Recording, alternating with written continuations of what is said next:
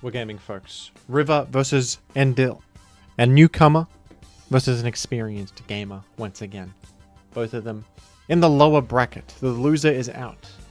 Victorious in the last round of the lower bracket, both of them. But now their tournament lives are on the line. Who's going to come out on top? Let's take a look. A Zapdos mirror match in the turn 1 slot. River going for Thunder Wave, Endill healing it off with a Celebi Natural Cure. And Hidden Power Ice is revealed. Endill now knows that this Swampert is relatively safe. Toxic is usually common on Hidden Power Ice. Zapdos has a way to do something to Swampert, so that's to be expected there. I wonder if Endill has Refresh. We will have to see. Suicune going to force out that Swampert right here. This is not looking great for Endill so far, revealing a lot of the team. And with a Toxic Swampert, you're in some slight shambles. Cloyster going to establish a layer of spikes against Suicune, though. But if Cloyster can live against Zapdos here, probably wants to exit. River with a nice predictive Hidden Power Ice on the incoming Celebi. That was good. That was pretty significant chip damage. And wow. Just gets eliminated by a very speedy Celebi. Or perhaps a slower Zapdos. Looked like modest based on the damage. Salamence going to do big Rock Slide damage. Is that a Choice Band Salamence? Because that was a lot of damage on Gengar there. I think it probably is based on the fact that we've got Magneton in the back here. On River's team. And a nice Hidden Power Fire. Once again predicting the incoming Celebi. In comes Salamence. On Hidden Power Fire. Another good move by River. Oh, it's not Choice Band Salamence. A miscalculation by Jim. I'm just surprised at the damage on that Gengar. Must be an Adamant Salamence. Very powerful there.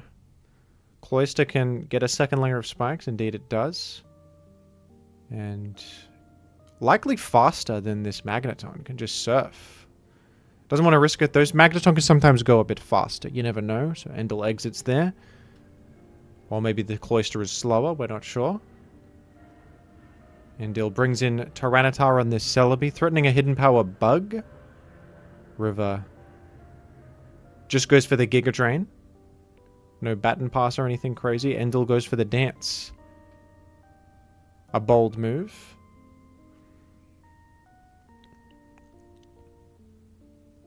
Salamence pivots in on Hidden Power Bug, shrugging it off with resisted damage for the moment. But in comes Magneton to sacrifice itself for yet another Intimidate, perhaps. No, a Metagross entry. Metagross, the rock resist of choice, going to be vulnerable to an Earthquake, but can live. And goes for an Agility, trying to turn the tables on this Tyranitar with a reverse sweep of her own. River going on the aggressive. Swampert, of course, can still wall this Metagross with 82% of its health remaining. It is poisoned. It will be worn down. River is probably looking at a Dragon Dance Salamence win condition here after wearing down Swampert. I don't think that critical hit mattered there. I'm pretty sure Metagross would have fallen into that Earthquake anyway. So that's all good. Celebi Calm Mind's up once again. This Gengar could explode. Or taunt, perhaps. I don't know. Could do something. It does explode.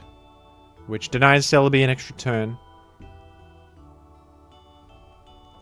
I don't know if this Celebi would have Recover. It's possible. And it's Peck Zapdos. Maybe River was hoping to live that there. But Peck, surprise. For more damage than anticipated. I do love mixed Zapdos. Cool set. Zapdos going for Thunder Wave on River's final Pokemon. I wouldn't have necessarily expected Thunder Wave on Peck Zapdos. It's a bit hard to fit all the moves. So, and River said GG in the chat. I think River was banking on this Salamence win con with Swampert chipped, but the surprise Zapdos Thunder Wave has made things a bit awkward this time. You still have a whole Suicune, so that could be a saving grace, but with Celebi and Zapdos to contend with, I don't think so. Unless you get a miracle. which is always possible with Suicune. It's one of those Pokemon that can carry you, but Zapdos and Celebi are going to be rough to get through. Even this Swampert has brought you down to rest territory. And you only have one special defense boost to your name. I don't think that's going to be enough, River. Regrettably.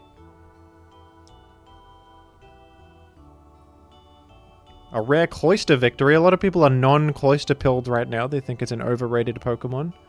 Or at least not OU worthy, but getting a victory in the Jimvitational here. Love to see it. And Suicune will, of course, fall, and Salamence will shortly follow. River was looking good that whole time, but just got thwarted in the end there. Regrettably. There was a crit in the mix, but I think overall Endill played that pretty well. Concealing the Thunderwave and both Thunderwave and Drill Peck. River getting a bit of grace from upstairs with a Thunderwave Powerful Para on the first turn. Another Zapdos lead mirror. Both of these players favor Zapdos quite a bit here. It's a great Pokemon. River has an easy Tyranitar elimination. Interestingly, despite the good luck on turn 1, Endill got the better of River's Zapdos in the 1v1. River going to get a layer of spikes here against the Metagross. Will we see a Magneton? It's possible. Doesn't seem to be. A regrettable mash miss, but says something about your game plan if you're going for the mash there. With not a great response to this Skarmory right now. Or does it say that you have Claydol in the back and you want to wear down Skarmory like this?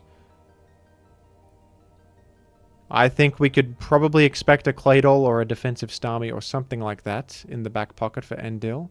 Or perhaps just a lot of Levitators. There's a Gengar, and that'll take out Skarmory. So River with 3 spikes advantage is going to try and push this advantage as much as possible. Gengar explodes. Are we seeing a Doug follow-up here? Yes. Oh, that's an interesting play. Sacrificing your whole Gengar is rough, but Jirachi is quite a threat, I imagine. Endill chose to sacrifice Gengar for that follow-up Earthquake. River with some momentum here, gonna have Gengar. And Endill just choosing to click Earthquake, not allowing Gengar to Will-O-Wisp something on the way in. Endill will probably just keep spamming Earthquake until this Doug falls. Would rather not come in and get burned on something else. Yeah, River's going to keep clicking it. But I'm pretty sure Endill will simply spam Earthquake until the Doug falls, which is sensible. If you don't have a great Will-O-Wisp switch in. River only has two other Pokemon besides this Gengar remaining. Will she have enough steam? It does look great with the 3 spikes on the field. And considering the way Endill's playing this, probably not the best Gengar switch in or Gengar response. So maybe Gengar itself will be the winner for River. We will have to see how this plays out after Dugtrio falls. A bit of a weird sequence here, but don't worry, folks. Don't fret. Sometimes you got to play weird like this to create an advantageous position for you. Endill has played this pretty intelligently so far in a unfortunate spot. I almost thought Endill might go for a crazy explosion there on the switch out. So that was a pretty weak Meteor Mash. Probably a Lumberry Metagross here. Another possible item, maybe Salackberry, but I think it's unlikely. Yeah, it makes sense that Endill didn't want to switch this directly in, because with the Lumberry for security, the Will-O-Wisp is not going to... And River knows it's a Lumberry, so it doesn't even want to click Will-O-Wisp, because it will just fall to a follow-up Meteor Mash, and with an attack raised, I think Endill has got this. Unfortunately for River, Metagross is just able to break down the Swampert. Well, no, actually, the Tyranitar did manage to live a hit. There's a Jirachi remaining. Well, Jirachi will surely be able to finish this off. We're going straight to Gengar. Oh, the Ice Punch freeze is a little rough. I don't think River could have... It depends what the Jirachi has, I suppose. If it has Psychic...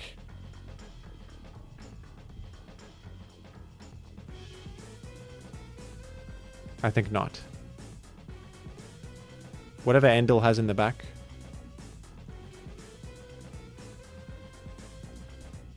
Better have been good.